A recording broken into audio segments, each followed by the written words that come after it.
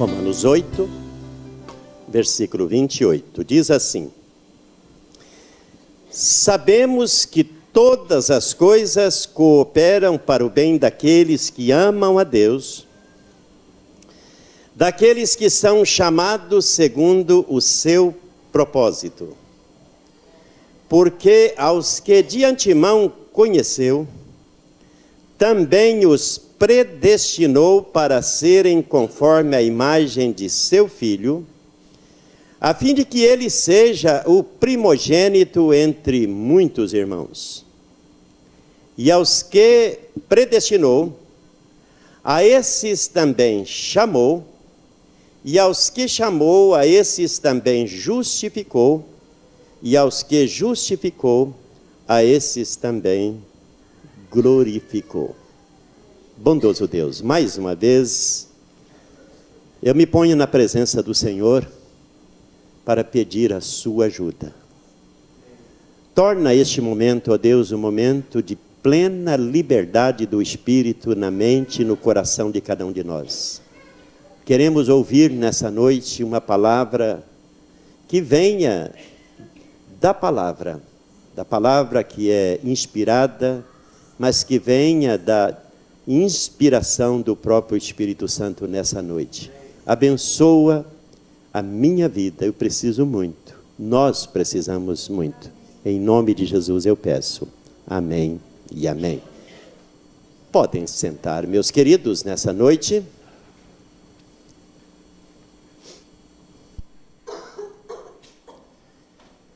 Hoje eu quero falar do maravilhoso plano de Deus para a minha vida e para a sua vida. Sabia que Deus tem um lindo plano para você? Um maravilhoso plano. O plano maior de Deus não é fazer de você uma pessoa rica, mas é levar você para o céu. Amém? Esse é o plano maravilhoso de Deus para a sua vida. Porque na vida nem todos vão deixar muita coisa aqui. Mas, irmãos, o importante é quando você deixar essa terra, você ser abraçado pelo Pai.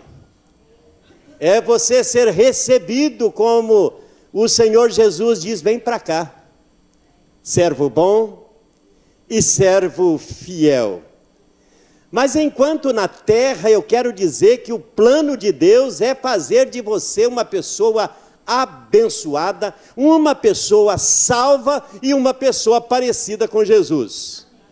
Porque o texto disse que você é chamado para ser parecido com seu filho Jesus. Nessa noite, eu quero falar desse rico e maravilhoso texto das Escrituras que eu li. O plano de Deus, queridos, é um plano tão perfeito que não tem possibilidade de erro nenhum. Pastor, mas por que muitas pessoas então começam uma carreira cristã e de repente abandonam? Eu quero dizer para você, começou apenas a ser religioso, mas não entrou na verdadeira intimidade de vida com Deus. Meus queridos irmãos, Deus tem um plano eterno. Antes que o mundo existisse, muito antes que você existisse, Deus já conhecia você. O universo não é dirigido por um acaso, por mero acaso, por nenhum tipo de fatalismo. A história não é cíclica, nem caminha para o ocaso. Deus tem um plano perfeito e nenhuma folha, o próprio Senhor Jesus disse, cai de uma árvore sem que Deus permita, nem mesmo um fio de cabelo da sua cabeça. Você, meu amado, nesta noite, está incluído nesse plano eterno de Deus. Ele criou você. Ele formou você de forma tão assombrosamente maravilhosa, diz o salmista no Salmo 139. Ele traçou os planos perfeitos para a sua vida. O salmista disse que todos os seus dias já foram escritos e determinados quando nenhum deles havia ainda. Nenhum poder deste mundo ou do mundo vindouro pode mudar esse glorioso projeto de Deus ou propósito de Deus na minha e na sua vida. Não importa quão estreita seja a porta ou apertado o caminho, não importa quão ferozes sejam os seus inimigos, não importa quão dura seja a oposição do inferno contra você, você já é mais que vencedor. Você é mais que vencedor. Você não tem apenas expectativa de vitória, você é vencedor. Você não vai ficar no meio do caminho.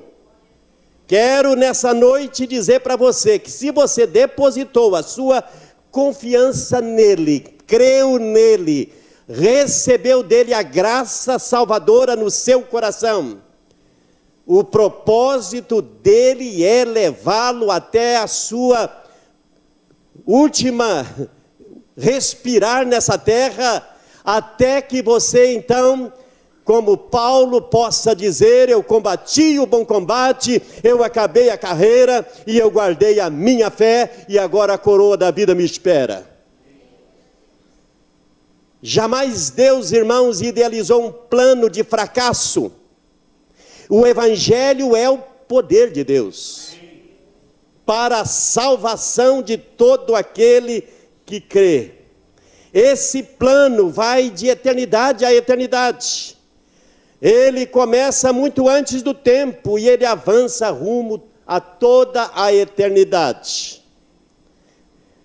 Quero nessa noite dizer que Deus conhece você. Deus te conhece. Às vezes você nem se conhece, não conhece verdadeiramente. Às vezes, irmãos, a gente fica fazendo pergunta: mas por que eu me comportei desse jeito? Às vezes nós não conhecemos, mas Deus nos conhece. Deus sabe tudo de você. Ele conhece você antes de você existir. Ele conhece cada passo da sua vida. Na eternidade, irmãos, antes que houvesse mundo, você já estava no coração de Deus. Verdade, pastor? Sim. Você já estava no coração de Deus. Deus conheceu você antes de lançar os fundamentos da terra, a Bíblia diz. Você já estava no coração de Deus antes de Deus criar o universo. Você foi conhecido na mente de Deus antes de ser conhecido ou concebido no ventre da sua mãe. Foi Deus, e Ele, como Deus, tomou a iniciativa de salvar você. Pastor, então eu sou salvo porque Deus quis me salvar? Sim. Ninguém, irmãos, nessa terra, a tendência do homem no pecado nunca foi buscar a Deus. O amor atraente de Deus é que nos constrange.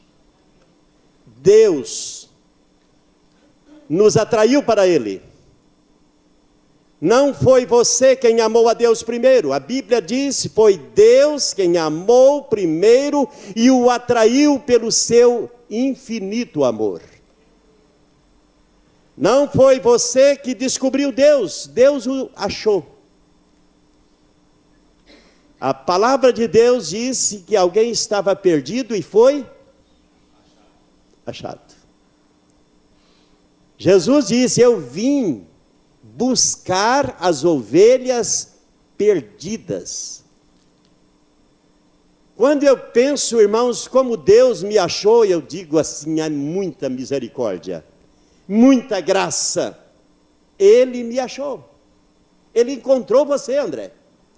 Ele encontrou você, não era para dar nada na vida, mas Ele achou você. Fez de você um homem, um pai de família. Que coisa mais linda. Ele achou você. Não foi você que escolheu a Deus, mas Ele escolheu você. Jesus disse assim: olha, não fostes vós que me escolhestes a mim, muito pelo contrário, eu escolhi você. Tudo, irmãos, provém de Deus. Foi Ele quem nos buscou, quem nos encontrou, quem nos reconciliou consigo mesmo. Deus escolheu você antes dos tempos. Da segunda epístola de Timóteo, capítulo 1, verso 9, diz que antes que os tempos existiram, Deus já tinha escolhido você. Já imaginou? Antes que o tempo existisse? Porque, irmãos, você tem que imaginar quem é Deus. Deus tem o atributo da presciência, de conhecer de antes. Antes que você existisse, antes que o mundo existisse, Ele sabia que você estaria sentado aqui hoje à noite ouvindo essa palavra. A Bíblia diz que Deus nos escolheu antes da fundação do mundo. Está aí em Efésios capítulo 1, versículo 4. Antes que o mundo fosse fundado, Deus já tinha escolhido você, Rúbia. Antes que o mundo existisse. E Ele escolheu, e não apenas escolheu, mas Ele escolheu para que você fosse salva e santa. A Bíblia diz que Deus escolheu você desde o princípio, segundo aos Tessalonicenses 2,13. Desde o princípio. E no princípio, que princípio é esse? Esse princípio é o princípio de Deus. Antes de que existisse as coisas, antes que o mundo fosse criado, a Bíblia diz, irmãos, que Deus conheceu você de antemão e predestinou você para ser semelhante a Jesus Cristo. Não quer dizer aqui que você vai ser igual em tudo, porque Jesus Cristo é único, mas semelhante a Ele no sentido de andar nessa terra como Ele andou, viver nessa terra como Ele viveu, de ser santo, consagrado, ser puro e ter a imagem dEle refletida em você. Antes de Deus determinar criar os céus e a terra, Ele já havia determinado amar você e escolher você para hoje fazer parte daqueles que vão um dia habitar o seu céu de glória. O plano da salvação, irmãos, ele é um plano, num certo sentido, incondicional. Deus não salva você porque você merecia ser salvo. Alguém aqui essa noite merecia a salvação? Merecia a graça de Deus? Não, graça significa um favor imerecido. Deus não amou você por causa das boas obras que você praticava. Eu vou salvar o Israel porque ele pratica tão boas obras. As nossas obras, por melhores que sejam, irmãos, são consideradas aos olhos de um Deus santo como trapo de imundícia. Ao contrário, Deus salvou você para que você pratique boas obras. Ele não salvou você porque você gostava de fazer boas obras, mas Ele salvou você para praticar obras. A Bíblia diz em Efésios 2,10 que nós somos feitura dEle, criados em Cristo Jesus para as boas obras. Deus não nos salvou porque fazíamos o bem, mas nos salvou para que nós façamos o bem. Ele não nos salvou porque qualquer mérito no nosso coração atraiu o seu amor. Muito pelo contrário, irmãos. Ele nos amou mesmo sendo pecadores, mesmo sendo pessoas tão distantes da sua vontade. Deus não salvou você por causa que você era uma pessoa tão boa, tão santa. Ao contrário, Deus te salvou para que você seja santo e irrepreensível perante Ele. Amém? A santidade, irmãos, não é a causa da nossa salvação. Ela é, de fato, irmãos, consequência da nossa salvação. Amém? Deus não salvou você por causa da sua obediência, porque você era uma pessoa, um filho obediente, um homem obediente. Não, Ele não salvou você. Ao contrário, Deus salvou você para a obediência. 1 de Pedro 2, capítulo 1, versículo 2, disse que como filhos da obediência. Ele salvou você para que você obedeça. Porque, irmãos, o homem é inclinado a desobedecer. Mas uma vez salvo, nós temos agora a presença de Deus que nos leva a desejar fazer a vontade dEle. Deus, quando escolheu Jacó no ventre da sua mãe, antes que ele praticasse o bem e o mal, Deus o escolheu, e daí? Deus escolheu você independentemente de seus méritos ou de seus deméritos. A causa da sua salvação está no amor incondicional de Deus. Amém? Amém. O amor incondicional, Deus te amou. E continua te amando. Sinta nessa noite que Ele te amou. Por isso você está aqui. O plano de Deus, irmãos, foi um plano perfeito. O propósito de Deus de salvar você é um propósito eterno, perfeito. Deus nos conheceu de antemão, diz o texto que eu li em versículo 29, capítulo 8, verso 29. Ele nos conheceu de antemão e nos predestinou para sermos conforme a imagem de Cristo. O grande projeto, irmãos, da eleição divina é de fato nos tornar parecidos com Jesus. Não é apenas de nos levar para a glória dos céus, mas de nos tornarmos aqui na terra reflexo da sua glória. Amém? Nós temos que refletir a glória dele na nossa vida. Deus, irmãos, nos salvou para que nós possamos atingir a estatura de varão perfeito. E não para vivermos uma vida desregrada. Para mim, não posso conceber, irmãos, a ideia de que alguém diz: eu conheci a Deus, vivo com Deus, mas ao mesmo tempo vivo no pecado. Jesus disse que aquele que vive no pecado não o viu e nem o conheceu. É impossível estar vivendo no pecado e ao mesmo tempo ter a glória de Deus, refletir a imagem de Cristo. Está entendendo, irmãos? Volto a ler o versículo 29, quer ler comigo?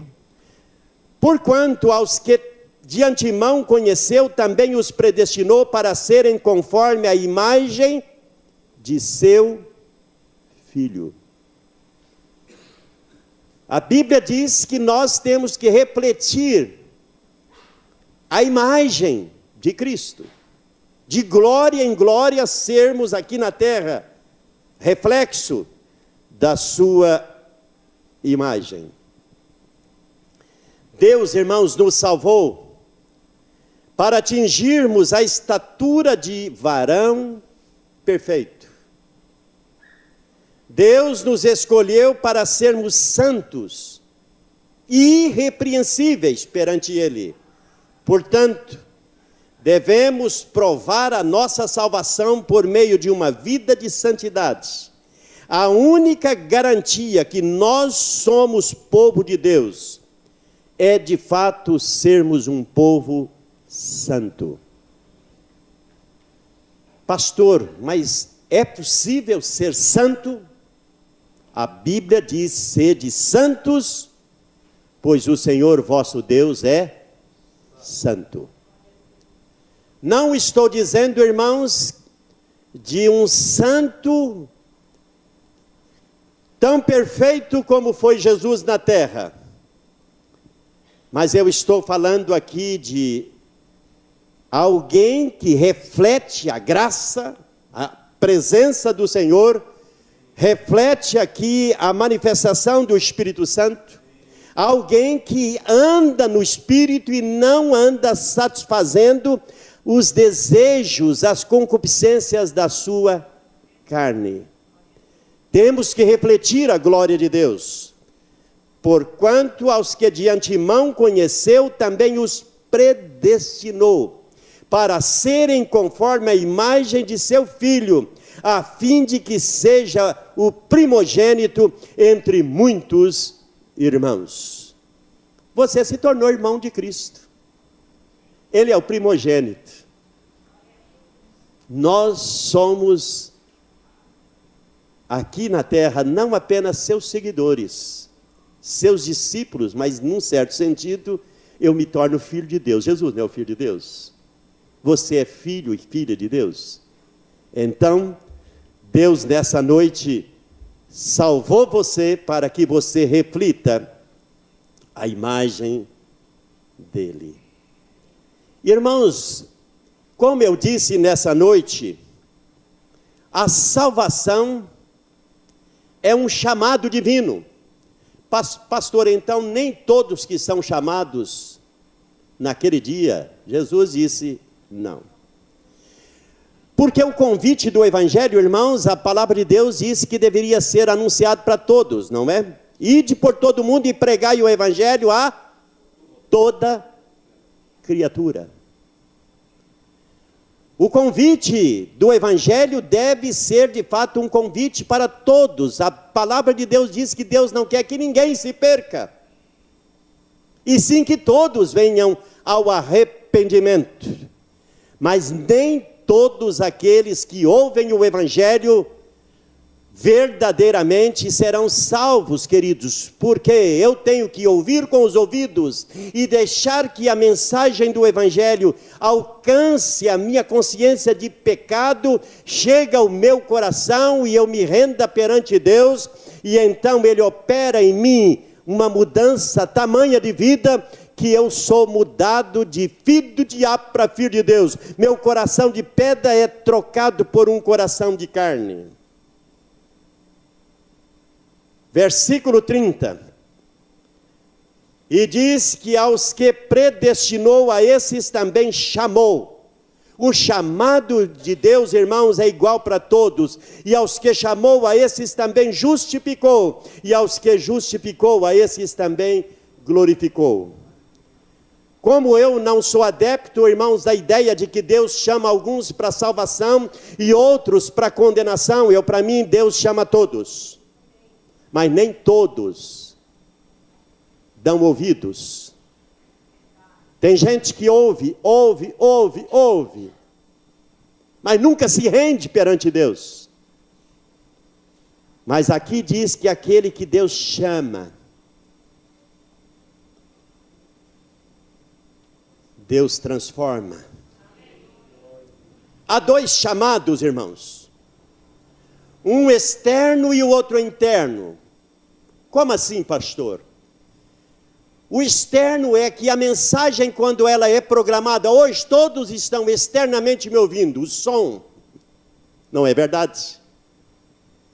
Mas quando acontece o segundo chamado, que é aquele chamado interno, aquele que você ouve aqui o som da voz, mas lá no fundo a voz do Espírito Santo fala com o seu coração. Há dois chamados, um externo e outro interno, um geral e outro específico. A mensagem do Evangelho, ela deve ser de fato, irmãos, essa chamada geral, todos são chamados. Um chamado é dirigido aos ouvidos, quem tem ouvidos para ouvir, ouça. Mas o outro chamado é dirigido ao coração. Diz a palavra de Deus, que quando Pedro estava pregando, eu creio que em Jerusalém naquele dia, deveria ter pelo menos umas, quem sabe, 15, 20, 30 mil pessoas.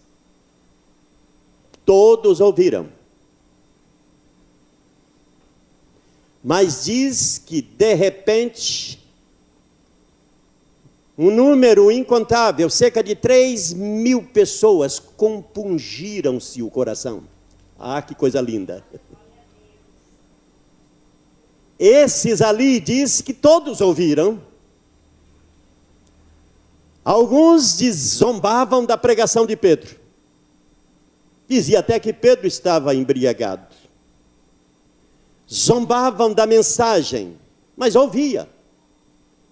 Mas cerca de 3 mil compungiram-se em seu coração e de repente interromperam a pregação de Pedro e disseram: o que podemos fazer para ser salvos? Esse chamado de Deus, irmãos, é impressionante.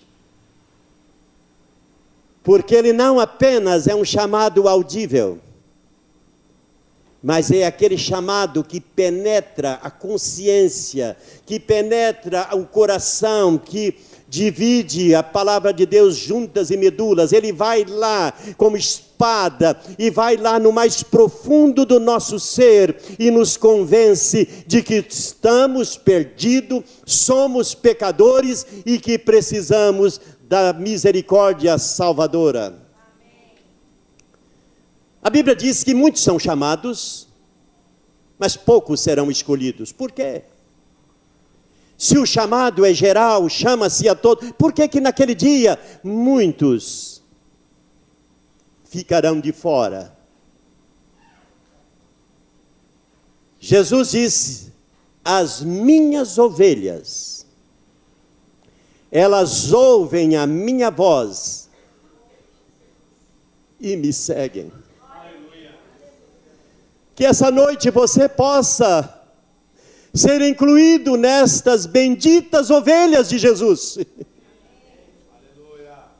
Você que me ouve nessa noite, que você possa ser de fato aqueles que ouvem a voz de Jesus e o seguem como suas ovelhas. Jesus ainda disse: quem é de Deus, ouve a palavra de Deus. Quem tem ouvidos para ouvir, ouça o que o Espírito Santo diz à igreja. O chamado de Deus, irmãos, é um chamado atraente. Eu quero dizer para vocês hoje à noite. Hoje à tarde eu passei um bom tempo ali meditando como Deus me atraiu. Há 40 e tal anos atrás, como Ele me atraiu? Eu fico pensando, mas quem eu era? Como Ele me atraiu? Ele tem muitas maneiras de nos atrair, queridos. Muitas maneiras de nos atrair. Você, hoje à noite, com certeza tem sua história particular de vida. Como Deus te atraiu? Como é que Ele está atraindo você? Para alguns irmãos, ouvir uma mensagem como esta e Deus atraiu. Há outras pessoas que de repente ligam o rádio e está tocando uma música, um hino, que tem uma mensagem tremenda da parte de Deus. E de repente, a voz do Espírito usa aquela mensagem cantada. Eu já ouvi pessoas que se entregaram para Deus ouvindo uma música, um hino. Eu já ouvi muitos testemunhos de pessoas que... Tem gente que pergunta assim, pastor, tem algum valor distribuir folheto evangelístico? Tem. Já ouvi muitas histórias de pessoas que estavam prontos a colocar fim na sua vida, num daqueles momentos da vida que a pessoa já não tinha mais saída e de repente achou um papelzinho jogado na rua. Ou alguém entregou.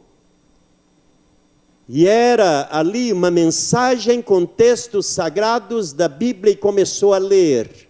E o Espírito Santo, de repente, entrou de tal maneira com aquela mensagem na mente e no coração desta pessoa. E ela foi atraída pela voz que nos fala de muitas maneiras. Conheço pessoas que recebeu de presente um livro. Tem muita gente que gosta de presentear livro. Deu um livro. Um livro evangélico, com mensagens, com testemunhos. Eu já falei aqui que eu me converti porque alguém me presenteou com o Novo Testamento. Eu nunca tinha lido a Bíblia, nunca tinha pego a Bíblia na minha vida, não gostava que ninguém falava esse negócio de crente comigo, eu só acreditava na minha religião, não aceitava ninguém falar nada de outra religião comigo, e alguém me deu um Novo Testamento. Um cliente meu me deu, por educação, eu recebi, eu guardo comigo até hoje. Há pouco tempo atrás, eu estava com ele aqui no culto. Eu abri, pedi perdão a Deus, se era pecado ler, Deus me perdoou, não é? Mas eu comecei a ler. Entendeu? Eu comecei a ler. E o Espírito Santo começou a quebrantar-me de tal maneira que eu me converti, irmãos, me senti o mais miserável pecador lendo aquele Novo Testamento dos Gideões. Está entendendo? O chamado de Deus é atraente. Quero dizer para você, Ele atraiu você. Não foi você que buscou Deus não, viu, irmãos? A Bíblia diz, não há quem busque a Deus, nenhum. Mas Deus nos amou de tal maneira que Deus disse, eu vou buscar. E salvar aquele que está perdido. Quando Jesus entrou na casa do baixinho Zaqueu, e quando ele saiu, ele disse, a salvação entrou nessa casa. Porque o Filho do Homem veio buscar e salvar o perdido. Então, nessa noite, você não buscou. Ele chamou você. Essa entrega, irmãos, para Deus, ela é resultado do seu amor atraente, do seu amor convincente, desse amor que nos convence, desta ação misteriosa do Espírito Santo. Deus é tão maravilhoso que Ele não obriga ninguém, Ele constrange. Ele não trouxe você à força. Ele atraiu você pelo seu maravilhoso amor, misericórdia e graça. O Espírito Santo, irmãos, muda as disposições da nossa alma, do nosso coração inclinado para o mal. Você é gerado da semente incorruptível. Você nasce de novo, nasce de cima, nasce do Espírito, amém? Gostosamente você recebe a Jesus, mas no mesmo ato da sua entrega, você descobre que foi Deus quem lhe abriu o coração, foi Deus quem lhe deu a graça de arrepender para a vida, foi Deus quem lhe deu a fé salvadora. Tudo é dom de Deus, a fé que nós exercemos é um dom de Deus, não é verdade? A Bíblia diz que tudo é dele, a fé é um dos das qualidades do fruto do Espírito. Tudo é dom divino. Agora, Deus me dá fé e eu então exercito a minha fé para crer. Deus lhe deu, irmãos, em lugar de um coração de carne, de pedra, um coração de carne. Foi Deus que proveu tudo para você. Ele te reconciliou com Ele. Foi Deus quem lhe justificou. Tudo provém de Deus, e é Ele mesmo quem opera em você, tanto o querer como o realizar. Aleluia! Sim, você pode até resistir a esse chamado de Deus, porque você é livre. Mas, irmãos, Deus não desiste de salvar você. Eu não sei, hoje à noite, eu não conheço toda a congregação aqui. Eu quero dizer para você, se você está aqui, é porque Deus não desiste de você. Ele vai continuar insistindo, porque tem pessoas, irmãos, que frequentam a igreja 1, 2, 3, 4, 5, 6, 8, 10 anos e nunca tomam uma decisão de dizer, não, eu vou para Deus. Eu vou publicamente testemunhar a minha fé, vou descer as águas do batismo, testemunhar a minha fé no Senhor, vou seguir a Deus, custe o que custar, não importa o preço de segui-lo, porque seguir verdadeiramente a Cristo, ser seu discípulo, implica de fato tomar a cruz, negar a si mesmo, renunciar toda a sua vida de pecado, de prazeres dessa terra, significa uma entrega real para Deus, uma renúncia completa, significa abandonar o caminho largo e entrar pelo caminho estreito. Mas eu quero dizer para você, até você fechar os olhos nessa vida, Ele não vai desistir de você. Ele te ama e quer te salvar. E como você não sabe a hora que você vai fechar os olhos, é melhor hoje à noite dizer, eu vou correr para Deus. Eu vou consertar a minha vida, vou deixar de ser apenas um cristão nominal, apenas um frequentador de igreja. Eu quero ser de fato lavado no sangue do Cordeiro.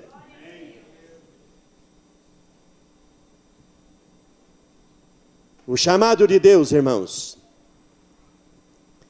é um chamado para mudança completa. Esse texto é um dos mais lindos textos das Escrituras Sagradas, porque é um chamado para uma mudança tamanha de fazer um vil pecador parecido com Jesus, seu Filho. Que coisa mais linda!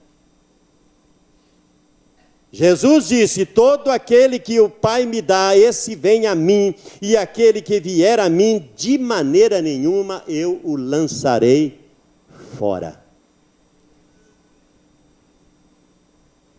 E eu quero dizer nessa noite, que Deus, irmão, nunca desiste de salvar almas.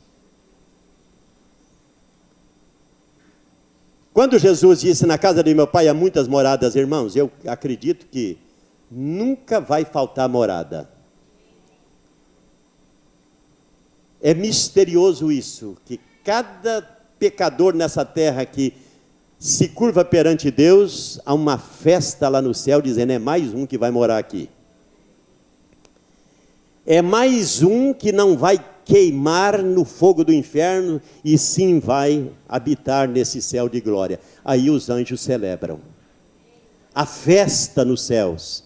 Porque o desejo de Deus, irmãos, é a minha e a sua salvação. Se Deus, irmãos, não nos chamasse, jamais nós o buscaríamos. A inclinação da nossa carne, a Bíblia diz que ela é inimizade contra Deus. Se Deus não nos despertasse, jamais iríamos a Ele, pois estamos mortos nos nossos delitos e pecados. Quando o homem pecou, a Bíblia diz que a morte entrou, não apenas a morte física como resultado do pecado, mas entrou também a morte espiritual. Espiritualmente o homem perdeu a vida de Deus. Por isso o novo nascimento é o nascer do Espírito. A Bíblia, Jesus disse, se não nascer de novo, você precisa nascer da água e do Espírito, porque o Espírito estava morto. Falou isso para Nicodemos. Oh, irmãos, como é maravilhoso este amor de Deus, que nos escolhe, nos chama da morte para a vida, das trevas para a luz, da potestade de Satanás para o reino do seu infinito amor. Esse Deus é tremendo, é maravilhoso. Aqui no versículo número 30 disse que você diz assim: e aos que predestinou, a esses também chamou, e aos que chamou, a esses também justificou. Ora, irmãos, a Bíblia diz que não há um justo sequer na terra. Ninguém. Ninguém. Eu quero dizer para você assim: ninguém nasce justo. Ninguém. No Velho Testamento, antes de Cristo vir, algumas pessoas foram chamadas de justas, porque eram pessoas que diariamente, irmãos, ofereciam a Deus sacrifício pelos seus pecados. Eram pessoas que sabiam que só através da entrega de um sacrifício a Deus, ele podia ter a misericórdia de Deus. Cada sacrifício daquele do Antigo Testamento tipificava o sacrifício de Cristo, que um dia iria oferecer sua própria vida como Cordeiro de Deus para tirar o pecado do mundo. Mas a Bíblia disse que a esses, não é? Que Deus chamou, Ele também os justificou. O que diz em 1 de João capítulo 1, verso 9? Diz assim: se confessarmos os nossos pecados, Ele é fiel e justo, para não apenas perdoar os nossos pecados, mas também para nos purificar de quê? De toda injustiça. Isto é, em outras palavras, ele não apenas perdoa, mas ele tira toda a injustiça e faz você ser uma pessoa justa. Concorda? Você se torna justo naquele ato maravilhoso, miraculoso, que nós, na nossa teologia, definimos que num determinado momento na vida de um pecador, que ele se rende, que ele reconhece que ele precisa da misericórdia salvadora, e que ele abre o coração e experimenta a graça maravilhosa do Senhor entrando na sua vida. Neste momento, irmãos, há um misterioso ato que acontece, que diz que o Espírito Santo, naquele momento, muda o meu coração. Eu estou nascendo de novo. Naquele momento, o sangue de Jesus está limpando, me purificando de toda injustiça. Eu me torno agora uma pessoa justificada. Eu me torno agora uma pessoa renascida. Eu me torno agora filho de Deus, porque eu nasci de novo. Então, irmãos, Deus justifica. A justificação é um ato legal. O ato de justificar é um ato legal. Isto é, Ele, vamos supor aqui, irmãos, que você tem uma dívida grande. E que você, vamos pensar lá, pastor Israel tem uma dívida de R$1 milhão. R$1 milhão. Ele não tem nenhuma condição de pagar a sua dívida. Você está falido. Não tem nenhuma condição de pagar. Então alguém bondosamente vai lá no banco e deposita R$1 milhão lá, e diz: eu vim pagar a dívida do Israel.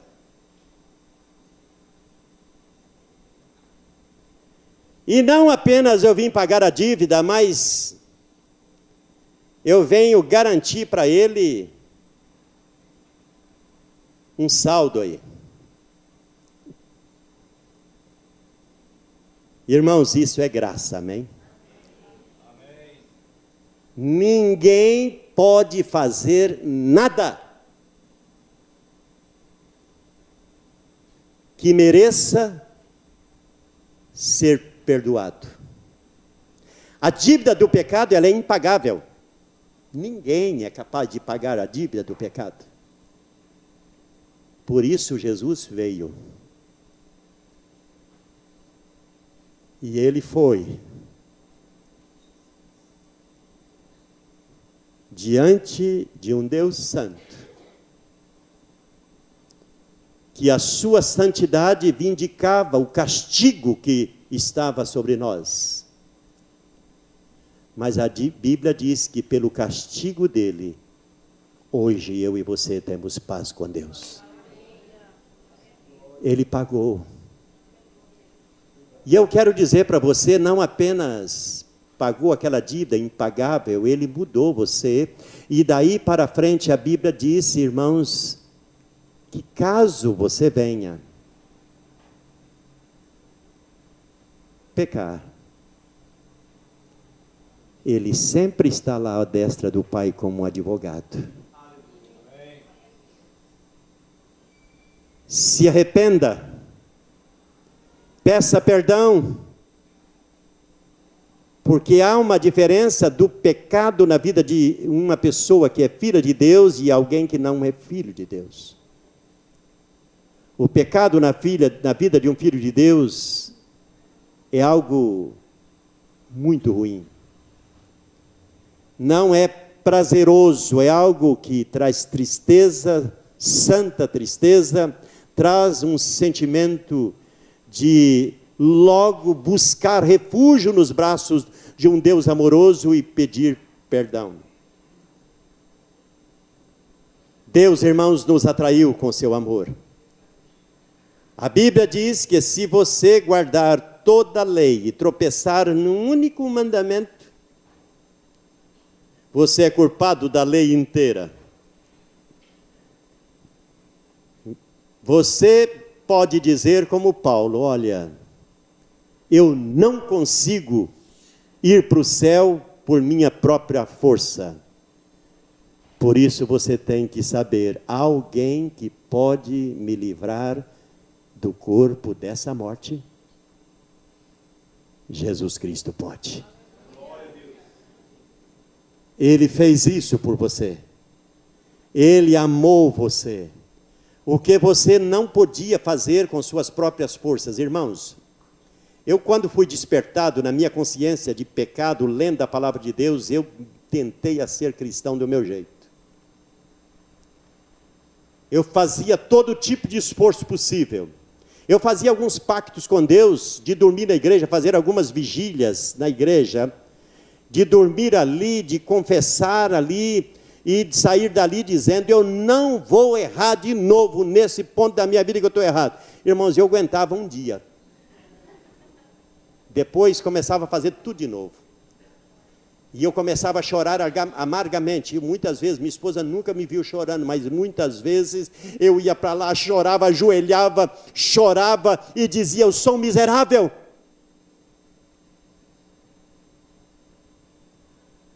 Porque eu estava tentando, irmãos, pelo meu esforço. E eu cheguei a uma conclusão de dizer como Paulo, miserável homem que eu sou. Quem pode me livrar do corpo dessa morte? Quem? Somente aquele que morreu por mim pode. Somente o sangue do Cordeiro pode. Somente, irmãos, ir para a cruz, tomar de fato a cruz. Quando ele estava ali na cruz, a Bíblia disse que Deus, o Pai, lançou sobre ele o pecado de todos nós. Ele foi moído, foi traspassado pelo meu e pelos seus pecados. Naquele momento que ele foi feito pecado por nós, naquele momento ele foi feito maldição, para que hoje você pudesse de fato ser livre da maldição do pecado. Naquele momento, irmãos, a Bíblia diz que não havia nenhuma beleza em Jesus. O sol escureceu, o rosto de Deus foi virado, e ele ali se fez pecado para que hoje eu e você pudéssemos ter perdão dos nossos pecados. Aos que justificou, a Bíblia diz, a esses também glorificou. Aleluia. Irmãos, preste bem atenção. Aqui na terra é maravilhoso servir a Deus, não é? Mas o melhor ainda está por vir. Aqui hoje eu quero dizer para você, viva como um filho de Deus justificado, anda na sua presença, se esforce todos os dias da sua vida para ser melhor cristão. Lute, tome todos os dias as armas da armadura de Deus, para que você possa vencer o tentador na sua vida. A Bíblia disse que você pode vencer, pode ser um vencedor, mas a Bíblia diz que algo muito melhor ainda espera por você. Você terá um corpo semelhante ao corpo de Jesus, será um corpo de glória igual ao dele, seu corpo será imortal, incorruptível, glorioso, poderoso, espiritual e celestial. Quando eu disse palavras aquele dia, falando da mãe da Cláudia e da Rúbia que estava aqui, eu estava dizendo, quanto sofrimento neste corpo, mas agora, irmãos, a certeza de que esse corpo que sofreu tanto, será revestido de incorruptibilidade. Este corpo mortal se transforma num corpo imortal. Este corpo aqui, tão finito, tão passível das mais terríveis fraquezas, será revestido de glória. Aqui diz que também aos que justificou, a esse também será revestido de glória. Seu corpo, irmão, se você permanecer nele, vai brilhar como as estrelas e como o sol. Lembra como Jesus brilhava naquele monte? Não haverá mais cansaço nem fadiga. Não haverá mais envelhecimento nem ruga, não haverá mais doença, não haverá mais dor, lágrima, luto, não haverá mais pobreza nem miséria, pois habitaremos com ele na cidade santa, em mansões feitas, não por mãos humanas, mas feitas pelas mãos do bendito Senhor e Salvador. Você tem um lar que te espera. Aqui não é o seu lar permanente. Jesus diz, na casa de meu pai há muitas moradas. Você terá uma herança inacessível de glória, a Bíblia disse. Mesmo que não herde muita coisa aqui, há uma herança inacessível de glória que te espera. Aqui você pode até não ter muita coisa, mas lá a sua herança será gloriosa. Você vai poder ouvir da boca do Senhor, dizendo, vinde para cá, bendito de meu Pai. Entra na posse da herança do reino que está preparado para você, desde que o mundo foi fundado. Você vai para a glória, para o trono. Você reinará com ele para sempre, a Bíblia diz. Que Deus maravilhoso. Que plano maravilhoso. Este plano de Deus, irmãos, de não apenas salvar você, cuidar de você aqui, suprir suas necessidades aqui como Pai, cuidar de cada detalhe da sua vida, seja ela emocional, física, cada uma das suas necessidades. Este Deus que está contigo, mesmo na dor, Ele está lá. Um dia, Ele quer que você ande com Ele nas ruas de ouro. Fiquemos em pé.